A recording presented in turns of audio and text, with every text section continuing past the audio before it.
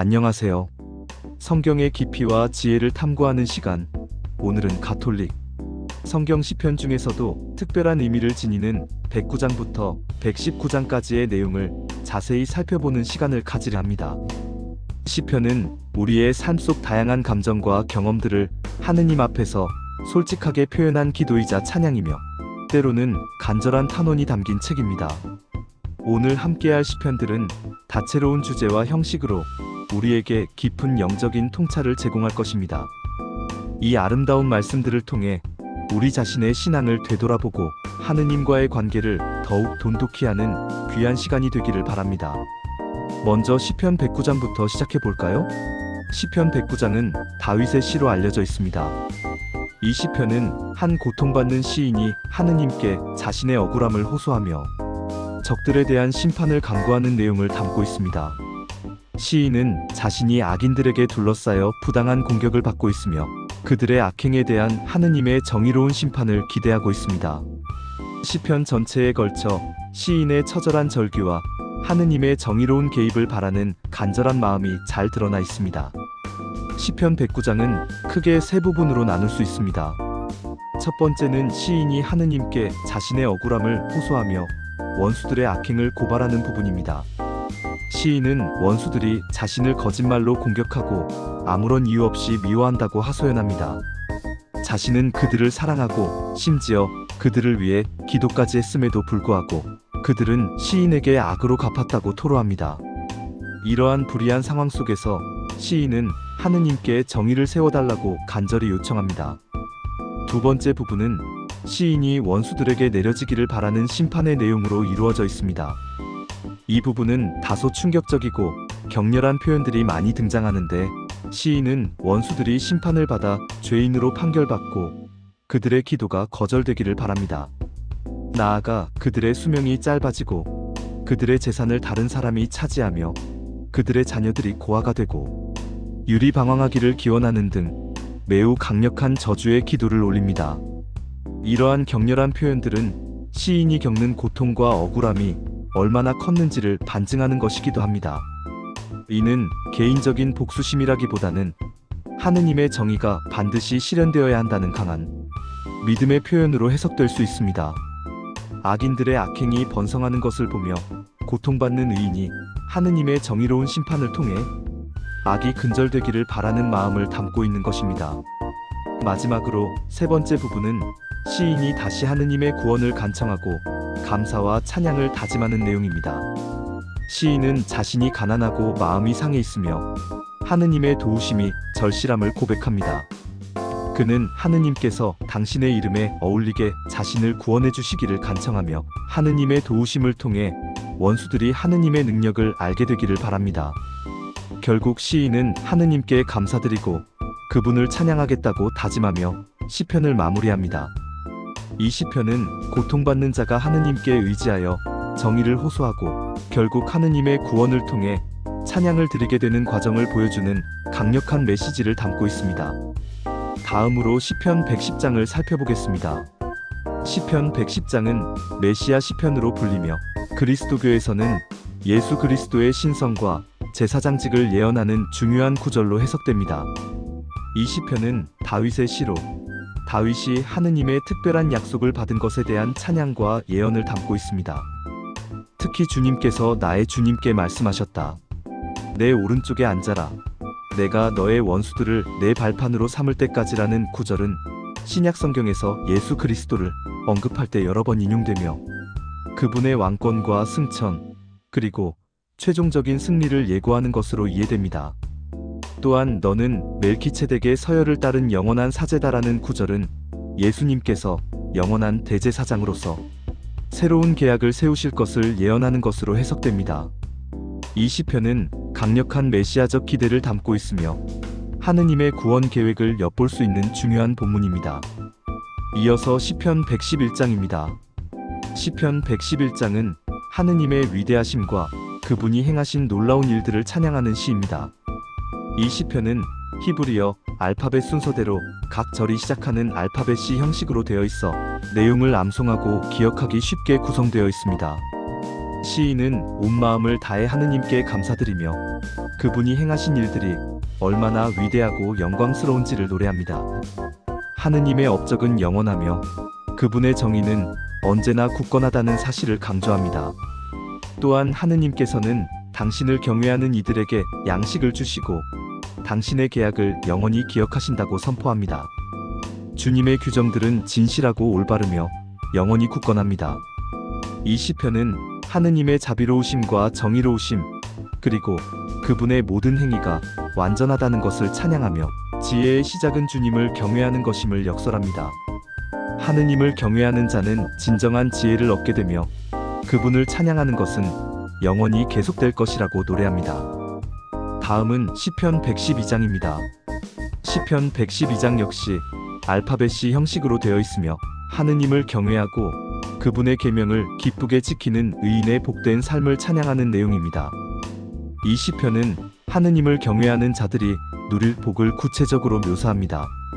그들의 자손은 땅 위에서 강성해지고 정직한 사람들의 세대는 복을 받을 것이라고 말합니다.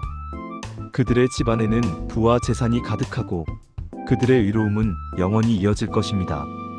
또한 그들은 어둠 속에서 빛처럼 솟아나며 은혜롭고 자비로우며 의로운 자가 될 것이라고 합니다. 그들은 자신의 재산을 너그럽게 나누어주고 가난한 이들에게 베풀며 그들의 의로움은 영원히 기억될 것입니다. 이 시편은 하느님의 말씀에 순종하며 살아가는 의인이 이 세상에서 물질적, 영적으로 풍요로운 삶을 살게 될 것이라는 희망적인 메시지를 전달합니다. 반면 악인들은 이러한 의인들의 번영을 보며 낙담하고 사라질 것이라고 예고하며 의인들의 삶이 얼마나 복된지를 더욱 부각시킵니다. 이어서 시편 113장을 함께 보겠습니다. 시편 113장은 하느님의 이름과 그분의 위대하심을 찬양하는 시편입니다. 이 시편은 할렐루야로 시작하여 하느님의 종들에게 주님을 찬양하라고 권고합니다. 해 뜨는 데부터 해 지는 데까지 주님의 이름이 찬양받으시기를 기원하며 주님께서는 모든 민족 위에 드높이 계시고 그분의 영광은 하늘 위에 있다는 것을 선포합니다. 주님만큼 높으신 분은 없으며 그분은 높은 곳에 좌정하시어 하늘과 땅을 굽어보시는 분임을 찬양합니다. 이 시편의 핵심 메시지 중 하나는 하느님께서 비천한 자를 들어 올리시고 가난한 이를 먼지에서 일으켜 세워 귀한 자리에 앉히신다는 것입니다. 또한 아이를 낳지 못하던 여인에게 자녀를 주시어 기쁘게 하는 분이심을 노래합니다. 이는 하느님의 자비와 권능이 사회의 가장 낮은 곳에 있는 이들에게까지 미침을 보여주며 그분의 위대하심이 구체적인 구원 행위로 드러남을 강조합니다. 다음은 시편 114장입니다. 시편 114장은 이스라엘 백성이 이집트에서 탈출하여 하느님의 구원 능력을 경험했던 역사적 사건들을 회상하며 하느님을 찬양하는 시편입니다. 이스라엘이 이집트에서 나올 때, 야곱의 집안이 낯선 민족에게서 나올 때 유다는 주님의 성소가 되고 이스라엘은 그분의 통치 영역이 되었다고 말합니다. 바다는 그것을 보고 달아났고 요르단 강은 되돌아갔으며 산들은 순양처럼 뛰놀고 언덕들은 어린 양처럼 춤을 추었다고 묘사합니다. 이처럼 자연 만물이 하느님의 권능 앞에서 경외심을 가지고 반응하는 모습을 생생하게 표현합니다. 시인은 땅이여 주님 앞에서 야곱의 하느님 앞에서 떨라고 외치며 그분은 바위를 무릉덩이로 단단한 돌을 샘물로 만드신 분이라고 찬양합니다. 이 시편은 하느님의 절대적인 권능과 그분이 당신 백성을 위해 행하신 놀라운 구원 역사를 드라마틱하게 보여주며 모든 피조물이 그분의 위대하심 앞에 경배해야 함을 가르칩니다. 이어서 시편 115장을 살펴보겠습니다. 시편 115장은 우상 숭배와 참된 하느님에 대한 신앙을 대조하며 하느님을 찬양하는 시편입니다. 시인은 영광을 우리에게 돌리지 마시고 오직 주님의 이름에 돌려달라고 간구합니다. 그 이유는 주님의 자비와 진실 때문입니다. 이방 민족들이 그들의 하느님은 어디에 있는가? 라고 말하는 것에 대해 시인은 우리 하느님은 하늘에 계시며 당신께서 원하시는 모든 것을 행하신다고 답합니다. 반면 이방 민족들의 우상들은 은과 금으로 만들어진 인간의 손으로 만든 것에 불과하며 입이 있어도 말하지 못하고 눈이 있어도 보지 못하며 귀가 있어도 듣지 못하고 코가 있어도 냄새 맡지 못한다고 조롱합니다.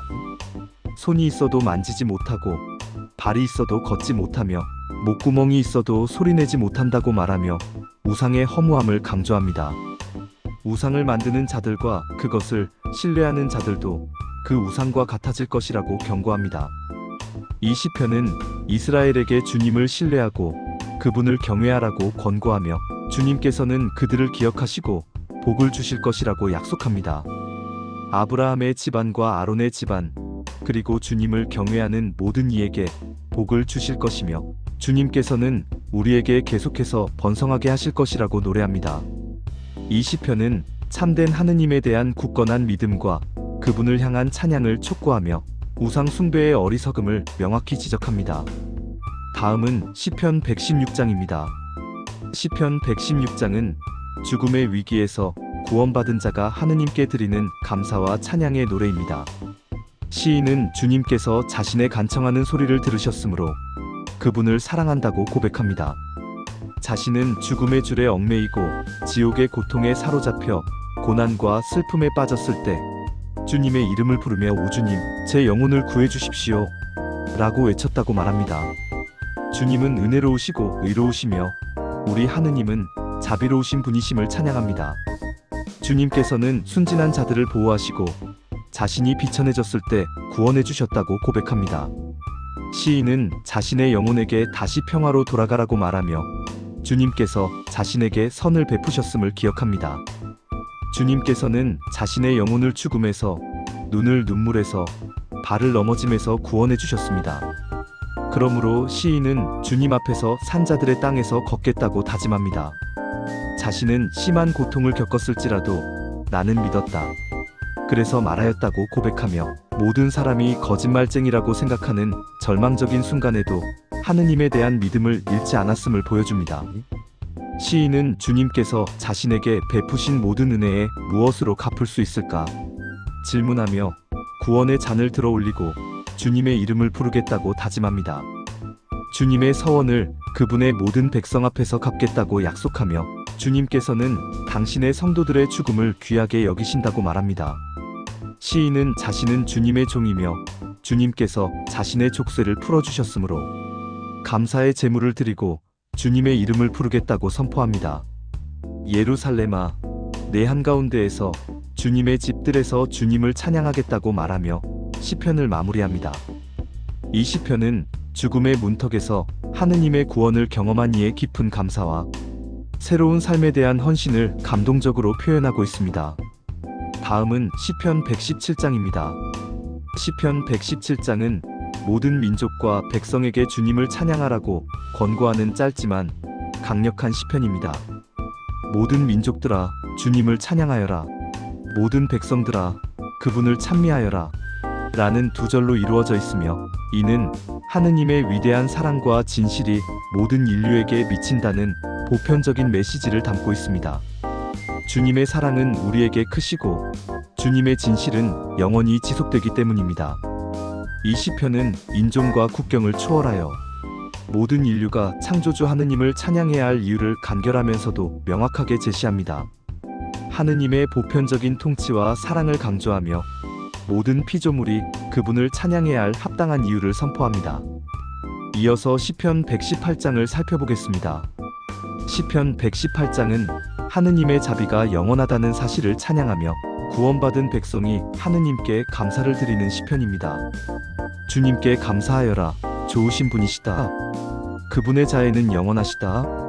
라는 후렴구가 반복되며 이스라엘 백성과 아론의 집안, 그리고 주님을 경외하는 모든 이에게 이 사실을 선포하라고 권고합니다. 시인은 고난 중에 주님께 부르짖었을 때 주님께서 응답하시고 자신을 넓은 곳으로 인도하셨다고 고백합니다. 주님께서 자신 편에 계시기에 두려워할 것이 없으며 사람이 자신에게 무엇을 할 수 있겠느냐고 당당하게 말합니다. 주님께서 자신을 돕는 이들 편에 계심으로 자신을 미워하는 자들을 멸망하는 것을 보게 될 것이라고 말합니다. 주님께 피하는 것이 사람에게 의지하는 것보다 낫고 통치자들에게 의지하는 것보다 낫다고 강조합니다. 이방 민족들이 자신을 에워쌌을 때도 주님의 이름으로 그들을 물리쳤다고 말하며 주님을 향한 굳건한 신뢰를 보여줍니다. 시인은 주님께서 자신의 힘과 노래가 되셨으며 구원이 되셨다고 찬양합니다. 의인들의 천막에는 구원의 외침과 환호가 가득하다고 말하며 주님의 오른손이 위대한 업적을 이루셨음을 선포합니다. 자신은 죽지 않고 살아서 주님의 업적을 선포할 것이라고 다짐합니다. 주님께서 자신을 심하게 징계하셨지만 죽음에는 넘겨주지 않으셨다고 고백합니다. 시인은 의로움의 문을 열어달라고 간구하며 그 문으로 들어가 주님께 감사하겠다고 말합니다. 이 문은 주님의 문이며 의인들만 그리로 들어갈 수 있다고 합니다. 시인은 주님께서 자신에게 응답하시고 구원이 되셨으므로 감사한다고 말합니다. 건축자들이 버린 돌이 모퉁이의 머릿돌이 되었다는 유명한 구절이 여기서 나오며 이는 주님께서 행하신 일이며 우리 눈에 놀랍다고 선포합니다. 이날은 주님께서 만드신 날이니 우리 기뻐하고 즐거워하자고 권고합니다. 오 주님 구원하여 주소서. 오 주님 번성하게 하여 주소서 라는 간구는 시편 전체에 흐르는 희망과 신뢰를 잘 나타냅니다. 주님의 이름으로 오는 이가 복되다고 외치며 주님의 집에서 복을 빌어줍니다. 주님은 하느님이시며 우리에게 빛을 주셨습니다. 끈으로 축제 제물을 제단의 뿔까지 묶어두라고 말합니다. 시인은 주님은 나의 하느님이시니 제가 주님께 감사드립니다. 저의 하느님이시니 제가 주님을 높이 찬양합니다. 라고 다시 고백하며 하느님의 자비가 영원하다는 후렴구로 시편을 마무리합니다. 이 시편은 고난 속에서도 하느님께 대한 변함없는 신뢰와 그분의 구원, 능력에 대한 깊은 감사를 표현하는 강력한 찬양시입니다. 마지막으로 시편 119장을 살펴보겠습니다. 시편 119장은 성경에서 가장 긴 장으로 무려 176절로 이루어져 있습니다. 이 시편은 하느님의 말씀, 즉 율법, 규정, 계명, 법도, 훈계, 판단, 약속 등 다양한 표현으로 나타나는 하느님의 법을 찬양하고 그 중요성을 강조하는 내용으로 가득 차 있습니다. 각 절은 히브리어 알파벳 22자 순서대로 8절씩 그룹을 이루는 알파벳 C 형식으로 구성되어 있어 그 구조 자체가 하느님의 말씀의 완벽함과 질서를 상징하는 듯합니다. 이 시편의 핵심 주제는 하느님의 말씀에 대한 사랑, 순종, 신뢰입니다. 시인은 하느님의 말씀을 통해 위로와 지혜를 얻고 어려움을 극복할 수 있다고 고백합니다. 그는 하느님의 법을 따르는 사람들의 행복을 노래하며 하느님의 말씀을 지키고 마음을 다해 그분을 찾는 사람들이 얼마나 복된지를 찬양합니다. 시인은 하느님의 계명을 온전히 지키며 살아가도록 인도해달라고 끊임없이 간구합니다. 그는 자신의 발이 하느님의 규정에서 벗어나지 않도록 지켜달라고 기도하며 하느님의 말씀이 자신의 길에 등불이 되고 발걸음에 빛이 된다고 고백합니다. 이처럼 시편 119장은 하느님의 말씀이 삶의 모든 영역에서 기준과 지침이 되어야 함을 역설합니다. 시인은 고난 속에서도 하느님의 말씀이 자신에게 위로가 되며 말씀을 잊지 않겠다고 다짐합니다. 그는 하느님의 말씀이 영원한 유산이며 마음의 기쁨이라고 고백하며 자신의 생명이 위험에 처해 있지만 하느님의 가르침을 잊지 않겠다고 굳게 다짐합니다. 또한 악인들이 자신에게 올무를 쳐놓았지만 하느님의 규정에서 벗어나지 않겠다고 맹세합니다. 시인은 마음을 다해 하느님을 찾고 그분의 명령을 떠나지 않도록 도와달라고 간청합니다. 그는 하느님의 말씀 안에서 넓은 길을 걷고 진리의 말씀을 굳게 지키겠다고 다짐하며 주님의 판단들이 얼마나 의로운지를 찬양합니다. 이 시편은 단순히 하느님의 율법을 지켜야 한다는 강제적인 메시지를 전달하는 것이 아닙니다. 오히려 하느님의 말씀이 주는 기쁨과 평화, 지혜와 생명을 강조합니다. 시인은 하느님의 율법을 지키는 것이 짐이 아니라 참된 자유와 행복으로 이끄는 길임을 온몸으로 체험하며 고백합니다. 그는 하느님의 말씀을 꿀보다 달콤하게 여기고 세상의 어떤 보물보다 소중하게 여깁니다. 이러한 시인의 고백은 우리에게 하느님의 말씀을 대하는 태도에 대한 깊은 성찰을 요구합니다.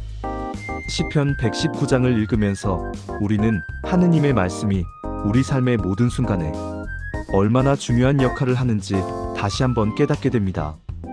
기쁠 때나 슬플 때나 어려울 때나 평안할 때나 하느님의 말씀은 우리에게 변함없는 위로와 지침이 되어줍니다.